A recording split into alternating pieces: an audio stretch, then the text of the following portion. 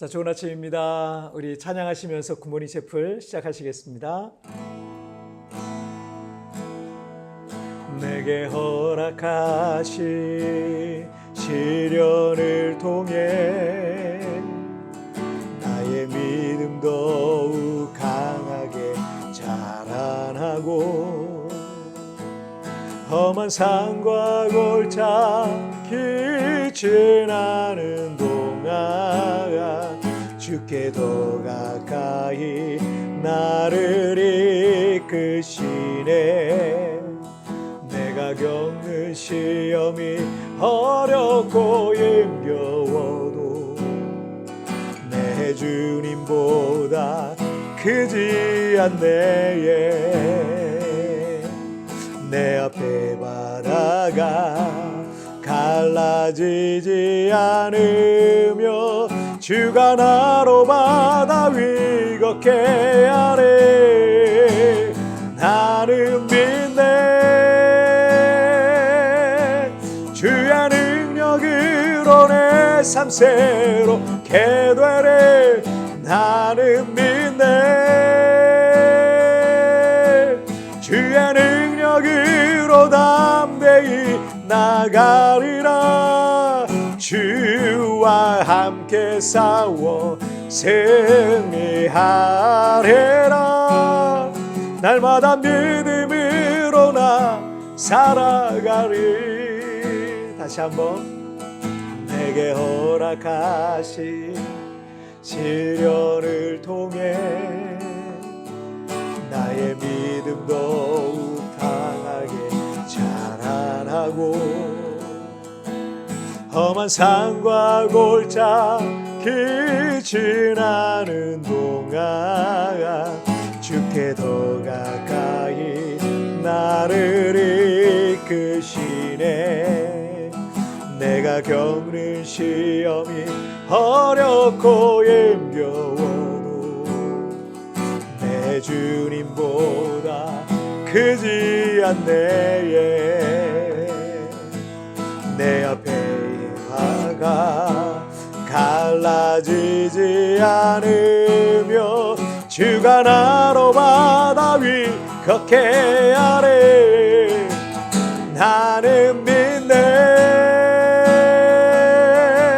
주의 능력으로 내 삶 새롭게 되네. 나는 믿네. 주의 능력으로 담대히 나가리라.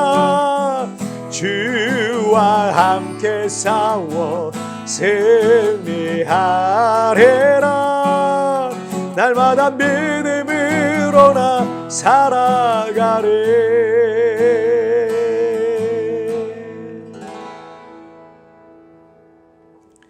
자, 우리 기도하시겠습니다. 하나님 아버지 감사합니다. 오늘도 우리의 인생, 주어진 인생을 또 살아가기에 앞서 이렇게 하나님 앞에 채플로서 하루를 시작합니다. 이 채플을 통해 나에게 믿음을 더하여 주옵소서. 세상을 살아갈 용기와 지혜를 더하여 주옵소서.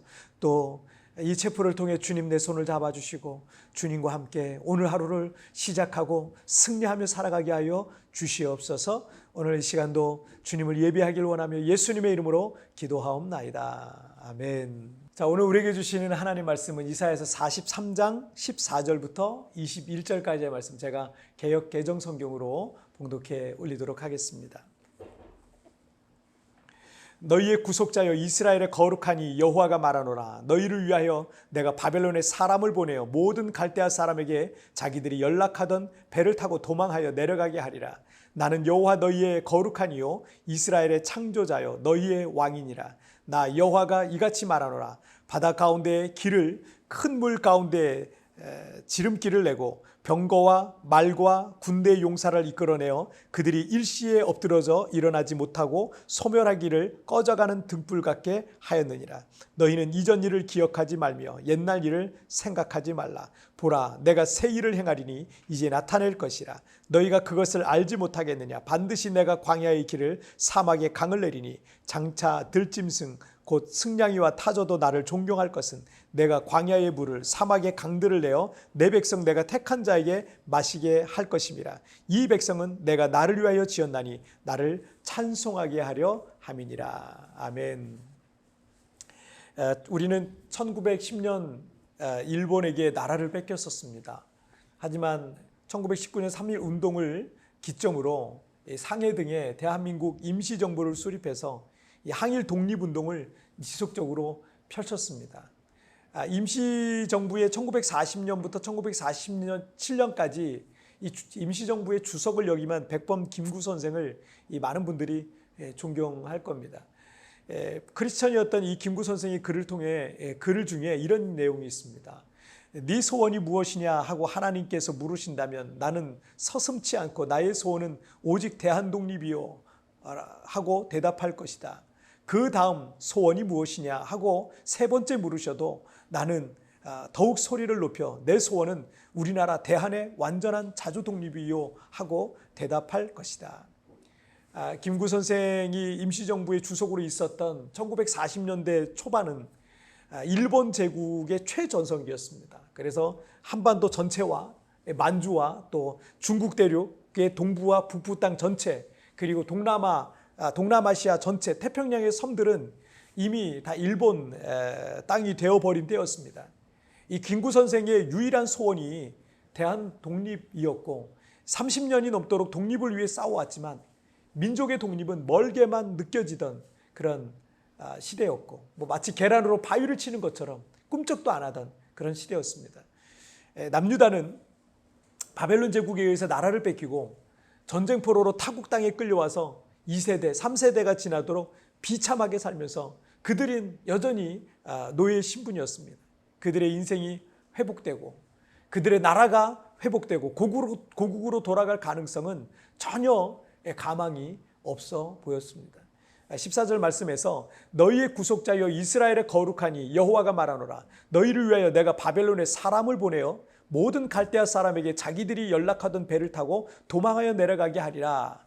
자, 그런데 이스라엘의 구속자인 하나님께서 바벨론에 한 사람을 보내시겠다는 거예요. 문맥과 역사를 통해서 볼 때 그는 메대와 바사 연합군을 이끈 장차 이 바벨론 제국을 다음에서 세워지는 제국인 이 페르시아의 제국의 고레스 왕이었습니다. 광활한 영토를 지배하며 이 큰 부와 영화로움을 누리고 있어서 절대 망할 것 같지 않았던 신흥 바벨론 제국은요, 페르시아에 의해서 100년도 안 되는 짧은 역사를 뒤로하고 몰락하게 됩니다. 16절 말씀에서 나 여호와가 이같이 말하노라. 바다 가운데 길을 큰 물 가운데 지름길을 내고 16절과 17절의 말씀은 과거 이스라엘 백성들이 출애굽할 때 하나님께서 홍해를 가르시고 그 가운데 길을 내셔서 홍해를 건너게 하신 그 기적을 말씀하시고 있는 거예요.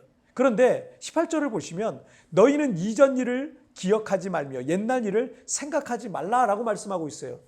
자, 오래전 이스라엘 건국 역사 속에 있었던 그 홍해 사건을 기억하지 말라는 것은 그보다 더 놀랍고 큰 일을 이루실 것이라고 예고하고 있는 것입니다. 19절 말씀을 보시면 보라 내가 새 일을 행하리니 이제 나타낼 것이라. 너희가 그것을 알지 못하겠느냐. 반드시 내가 광야의 길을 사막의 강을 내리니. 자, 하나님께서 새 일을 행하실 것인데 광야의 길을 내시겠다는 거예요. 그리고 사막의 강을 내신다는 겁니다.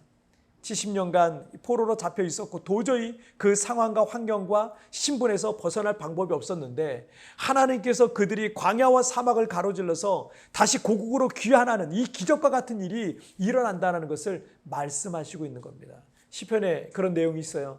우리가 다시 고향 땅으로 돌아가는 고향 땅으로 돌아갈 때 마치 우리가 꿈을 꾸는 것 같았다라는 그런 표현이 있습니다. 꿈과 같은 일이 이루어진 거죠. 하나님은 없던 길도 만드시는 분이십니다. 지금의 상황과 환경 속에서 도저히 벗어날 방법이 없고 앞이 막막하고 어떻게 살아가야 될지 길이 보이지 않고 사방이 꽉 막힌 것 같은 그런 상황일 수 있습니다. 하지만 하나님께서 내 인생 속에 없던 길도 여러분 다시 만드실 거예요.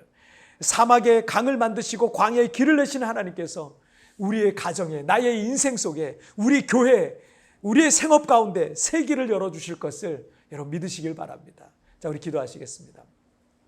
살아계신 하나님 아버지 감사합니다.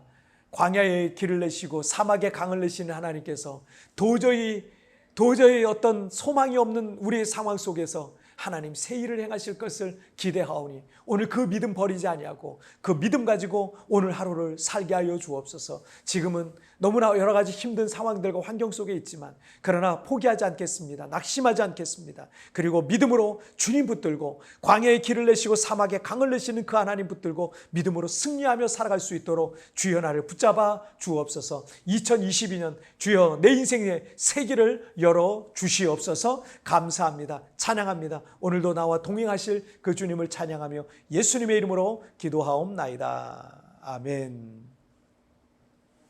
여러분 뒤편에 오늘의 묵상 보시면서 개인적으로 묵상하시고 짧게라도 뜨겁게 기도하시면서 오늘 하루 시작하시길 바랍니다. 여러분 오늘도 주님과 동행하시고요. 내일 우리 굿모닝 채플에서 뵙도록 하겠습니다. 승리하세요. 지금의 상황과 환경 속에서 도저히 벗어날 방법이 없고 앞이 막막하고 어떻게 살아가야 할지 길이 보이지 않고 사방이 꽉 막힌 것 같은 상황일 수 있을 것입니다. 하지만 하나님께서 내 인생 속에 없던 길도 다시 만드실 것입니다. 나의 미래와 진로가 가로막힌 것 같아 답답한 마음이 있으십니까? 하나님께서 없던 길도 만드신다는 사실을 마음에 새기고 오늘 하루를 시작합시다.